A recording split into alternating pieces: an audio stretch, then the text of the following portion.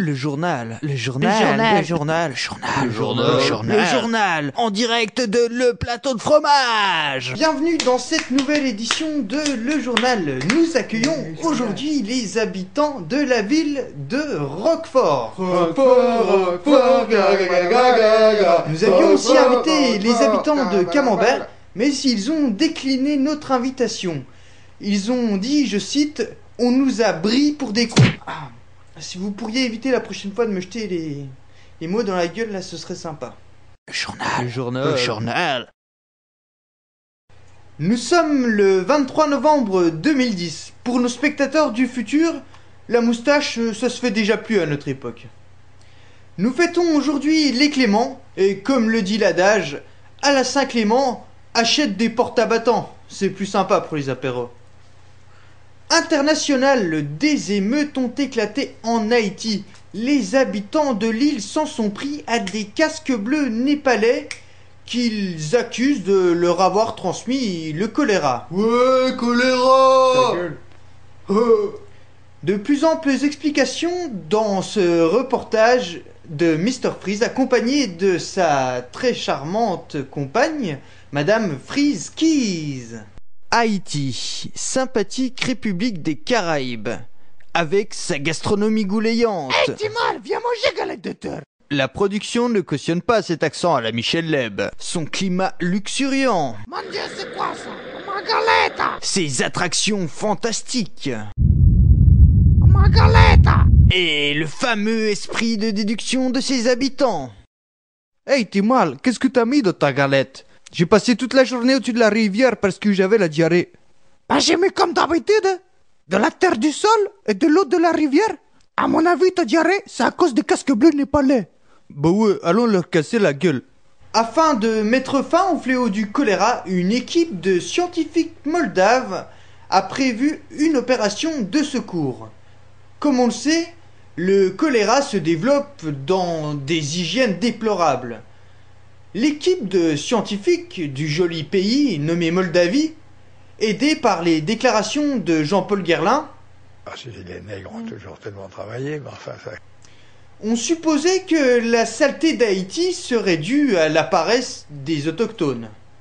Ils suggèrent donc d'épandre par avion des tonnes de smecta qui, d'une part, calmeraient les coliques infligées par la maladie, et d'autre part, une fois les habitants d'Haïti recouverts de ce médicament, ils se mettraient à blanchir. Comme on le sait tous, les noirs qui deviennent blancs se mettent automatiquement à faire du moonwalk. L'effet des pieds sur le sol haïtien pourrait nettoyer celui-ci. L'actualité qui a passionné les Français ces derniers temps, c'est bien sûr le remaniement. Le remaniement a été... Excuse-moi, petit homme. Le remue-maniement. L'attente de ce remue-maniement a provoqué de considérables remous chez les Français, notamment des convulsions et autres coliques néphrétiques, ou des gens carrément qui se jettent dans des fosses septiques. Finalement, ce 15 novembre est donc né le gouvernement Fillon III. Comme toute suite de films, on garde à peu près le même casting, les mêmes ficelles, mais c'est juste un peu plus pourri. Le journal. Afin d'expliquer ce remue-maniement aux Français, Nicolas Sarkozy a été interviewé ce 16 novembre. Voici l'essentiel à retenir de cette entrevue. On peut me dire aussi qu'il a plu au mois de novembre, tout ça c'est parfaitement exact. La polémique enfle autour des attentats de Karachi. Après avoir accusé Al-Qaïda, on soupçonne désormais l'État français d'être à l'origine de ces événements, suite à la suspension de versement de commissions au gouvernement pakistanais. En exclusivité, nous avons bel et bien la preuve que c'est la faute du gouvernement de l'époque. Alors c'est facile. On prend le chi pour le mettre au-dessus, puis j'aspire le A. Je prends le K, je le mets à la fin, puis on descend le chi. Voilà. Nous, on est des enquêteurs de l'impossible. Le journal. Info média. M6 lance une nouvelle émission de télé-réalité. On regarde la bande-annonce. J'espère, ma petite Juteline, que t'as le truc qui manquait chez les autres. Hein. C'était pas assez intense chez elle, tu vois, ça allait pas. Ce que je vais te proposer, ça va peut-être être un peu cavaleresque. La direction vous informe que cavaleresque est un mot qui n'existe pas. Mais, je vais te dire, faudrait qu'on essaye. Alors, faut qu'on aille dans le livre. L'amour est dans le paix, bientôt sur NEM6. Ah ouais, celui-là, il était bien intense, j'ai bien aimé. Hein. Notre connard de droite, toujours très objectif, va nous donner son point de vue sur le remue-maniement. Voici la vie du connard de droite. Nom de Blue, mais pourquoi Sarkozy il a retiré le meilleur ministère qui était celui de l'immigration et de l'identité nationale?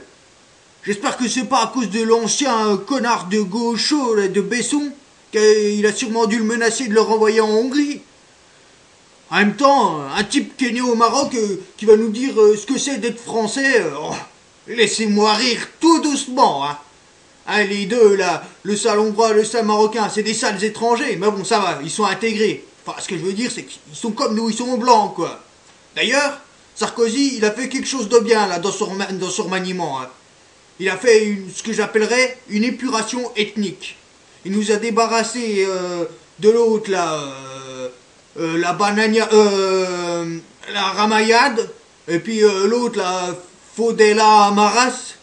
Ah, je vais me laver la bouche, hein, parce que je viens de la salir en prononçant ces noms bien dégueulasses et pas de chez nous. Et je vous dis, vive la France, et vive les Français, de souche, de nom, de plus, de grâce de Dieu. Cette édition de Le Journal prend fin. On vous masturbe tous les doigts de pied avec du jus de cornichon et on vous donne rendez-vous pour la prochaine édition avec des schémas explicatifs, de l'ADN de marmotte et un reportage en immersion dans les narines de Jean-Luc Delarue. Allez, peace, love, unity, youpi.